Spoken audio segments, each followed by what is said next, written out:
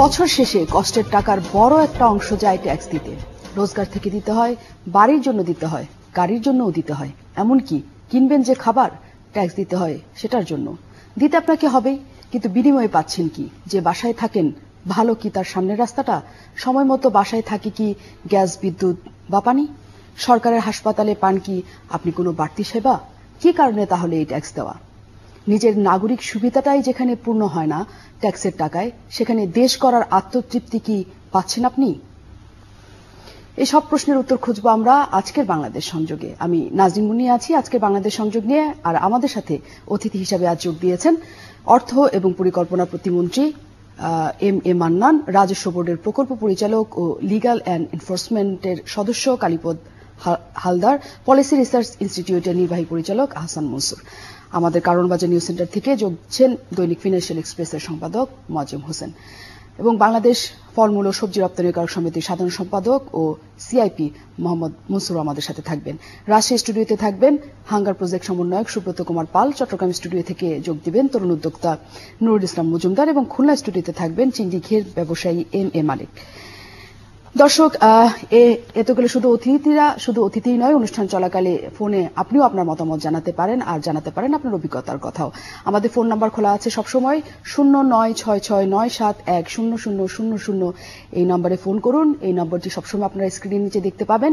লিখুন বাংলাদেশ সংযোগের ফেসবুক পাতায়, নির্বাচিত মতামত আর অভিজ্ঞতার কথা তুলে ধরা হবে পুরো অনুষ্ঠান জুড়ে।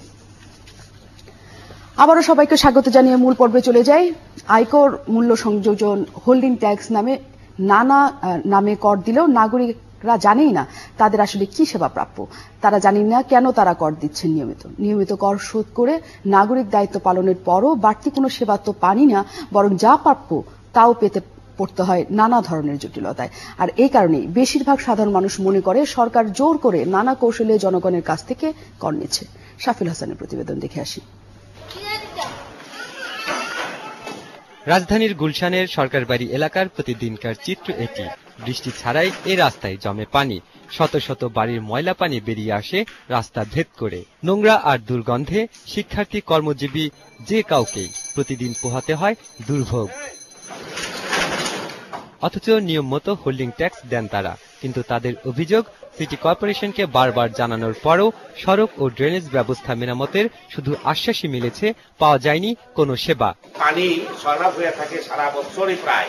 আমরা সরকারকে ট্যাক্স দেই, আমরা হোল্ডিং ট্যাক্স দেই সবাই, কিন্তু আমরা সেবা পাচ্ছি না তার প্রপার।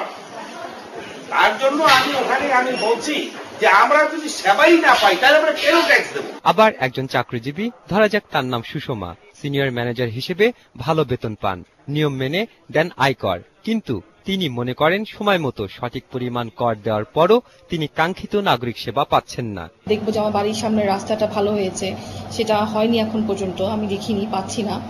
তারপরে কোনো হাসপাতালে গেলে ভালো সুবিধা পাবো, সেটাও পাচ্ছি না। সরকারি হাসপাতালে তো যাওয়ার কথা চিন্তাও করতে পারি না, সমস্ত কিছু মিলে। সো একজন সাধারণ নাগরিক হিসেবে আমার মনে হয় না আমরা তেমন কোনো সুবিধা পাচ্ছি। বাজারে পণ্য কিনতে গেলেও দিতে হয় মূল্য সংযোজন কর, কিন্তু পণ্যের মান কতটুকু নিশ্চিত করতে পারছে সরকার? প্রশ্ন ভোক্তাদের। ভ্যাট এবং ট্যাক্স আমাদের দিতেই হচ্ছে, কারণ এগুলো কেটেই রাখছে। একটু আগে আমি যে জিনিসগুলো কিনলাম প্রত্যেকটাই ইনক্লুডেড ভ্যাট ট্যাক্স ছিল, কিন্তু সেবাটার ব্যাপারে আসলে আমরা নিশ্চিতই না যে সেবাগুলো কি। না পেলে কার কাছে যাব? যাওয়ার তো লোক নেই। যার কাছেই বলতে যাব তারা বলবে আগের পার্টির দোষ। তো আমরা তো হলাম নিরুপায়। বিভিন্ন খাতে করদাতাদের দাবি, দেশের নাগরিক হিসেবে তারা ট্যাক্স দিয়ে সরকারকে সহযোগিতা করছে। তাই সরকার জনস্বার্থ জড়িত সেবাগুলো নিশ্চিত করতে পারলে কর প্রদানে তাদের উৎসাহ বাড়বে। শাফিউল হাসান, ৭১, ঢাকা। আমরা আয়কর আদায় বা ট্যাক্স নিয়ে বাজেট কেমন করে ঘাটতি পূরণ করা হয়, কেমন করে বাজেটের আয় তুলে নেওয়া হয় এই ট্যাক্সের মাধ্যমে, এই জটিল হিসাবে যেতে চাই না। সাধারণ মানুষ আসলে ট্যাক্স দেওয়ার প্রেক্ষিতে কি পাচ্ছে এবং কেন তারা ট্যাক্স দিতে উদ্বুদ্ধ হবে, আমরা মূলত এই পুরো অনুষ্ঠান জুড়ে তাই খুঁজে বের করার চেষ্টা করব এবং সামনে যেন আরো মানুষ ট্যাক্স দেওয়ার ক্ষেত্রে আগ্রহী হয় আমরা সেটি খোঁজার চেষ্টা করব এবং আমরা জানার চেষ্টা করব আমি ট্যাক্স দিয়ে আসলে কি পেতে পারি।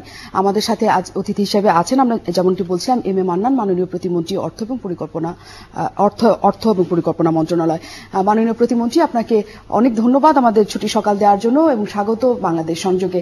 আপনি নিশ্চয়ই ছোট্ট একটি প্রতিবেদন দেখছিলেন, কয়েকজন মানুষের, বিভিন্ন খাতের মানুষের বক্তব্য এটি, যে তারা নিয়মিত ট্যাক্স দেন, ট্যাক্স দেওয়ার পরে আসলে তারা সুবিধা তেমন কিছু পান না। আপনার কাছ থেকে আসলে আমরা জানতে চাই, ট্যাক্স দেওয়ার প্রেক্ষিতে বাংলাদেশ সরকার আসলে কোন সুবিধা নাগরিকের জন্য নিশ্চিত করে? ধন্যবাদ। যে অভিযোগগুলো আপনারা প্রতিবেদনে তুলে ধরেছেন আমি তার সঙ্গে একমত। অনেক ক্ষুব্ধ আছেন। রাস্তাঘাট, পানি সরবরাহ, বাতি, বর্জ্য সব পরিষ্কার করা, এই সকল বিষয়ে আমাদের অনেক ঘাটতি রয়েছে, এটা অস্বীকার করার কোনো উপায় নেই। তবে ট্যাক্স তো আমাদেরকে দিতেই হবে।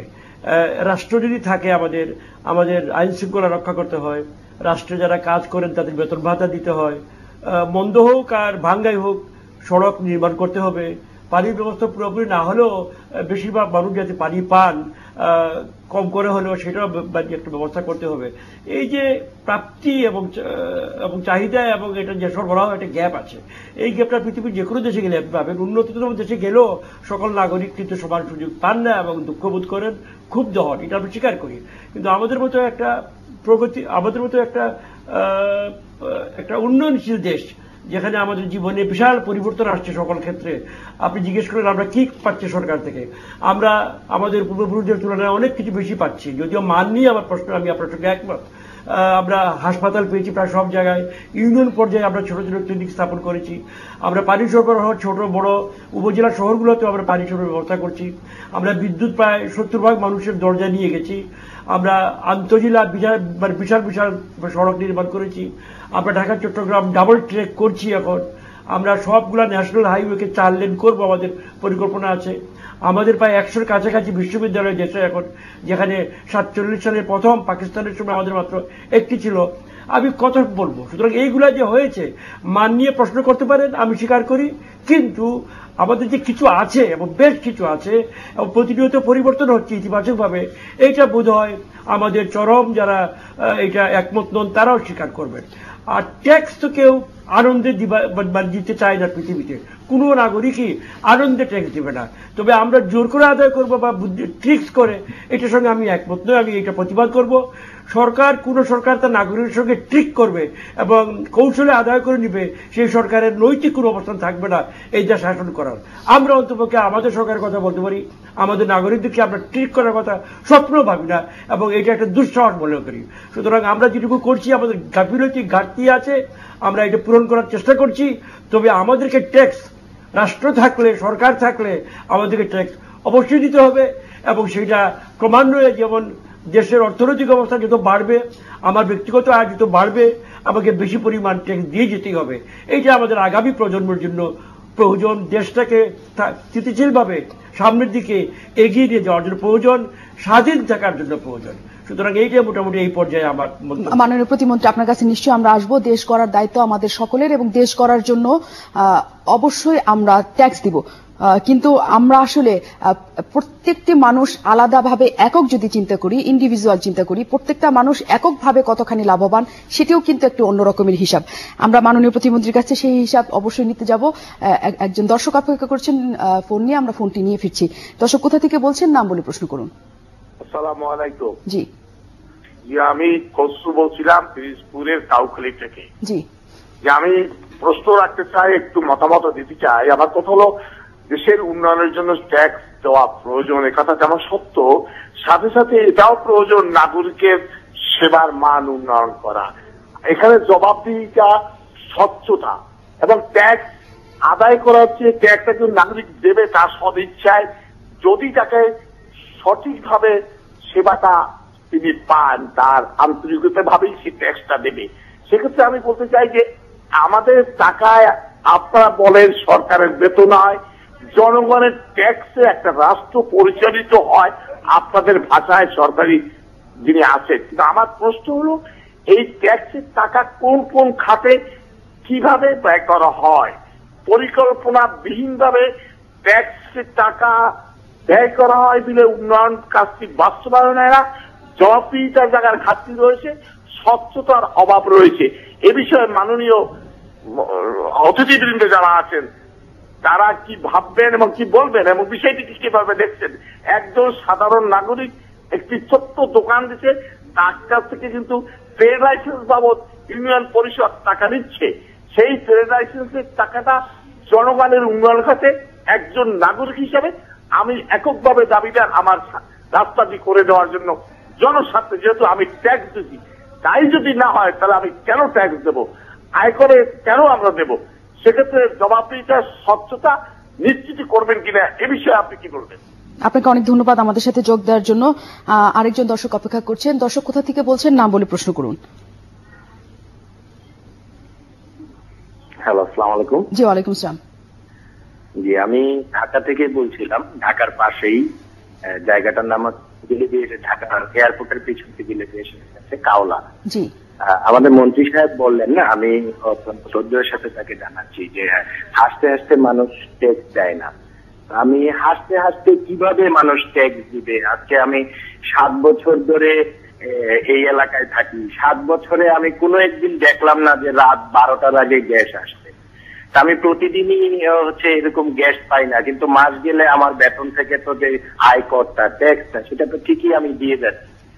তো 7 বছর ধরে আমার বাসায় গ্যাস থাকে না, গ্যাস বিল দিয়ে যাচ্ছি আমি 450 টাকা করে প্রতি মাসেই দিয়ে যাচ্ছি। এর নিয়ে বহুত রিপোর্টও হয়েছে। তা হাসতে হাসতে একটা মানুষ কিভাবে ট্যাক্স দিবে? মাননীয় মন্ত্রীর কাছে আমি একটু প্রশ্ন করতে চাই যে একটা মানুষ সাধারণ সুযোগ সুবিধা, সরকারি হসপিটালগুলিতে যাওয়া যায় না, ডাক্তার থাকে না, তো হাসতে হাসতে কিভাবে ট্যাক্স দিবে?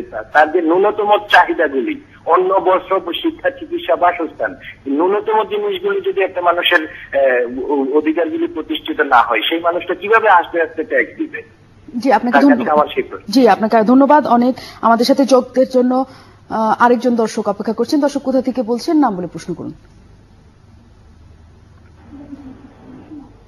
দর্শক, জি, ওয়ালাইকুম আসসালাম। আমি ইকবাল বলছিলাম উত্তরা থেকে।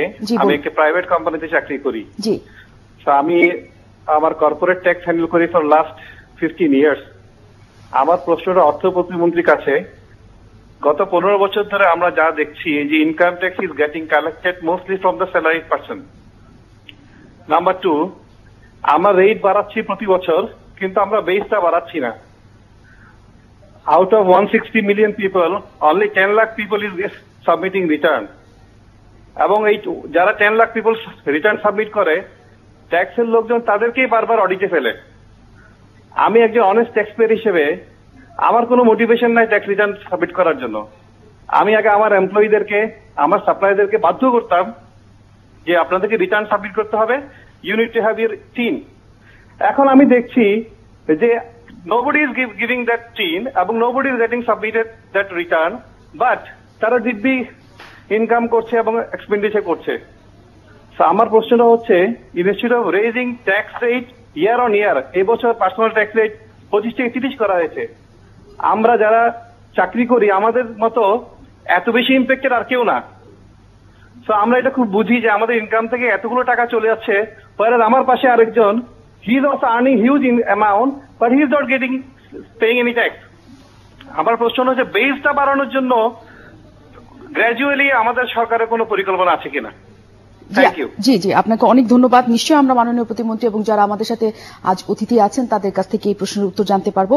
আমরা ফিরবো অতিথিদের কাছে, তবে এরই মধ্যে আমাদের বিরতির একটু সময় হয়ে গেছে। আমরা ছোট্ট একটি বিরতির পর ফিরবো, সাথে থাকুন।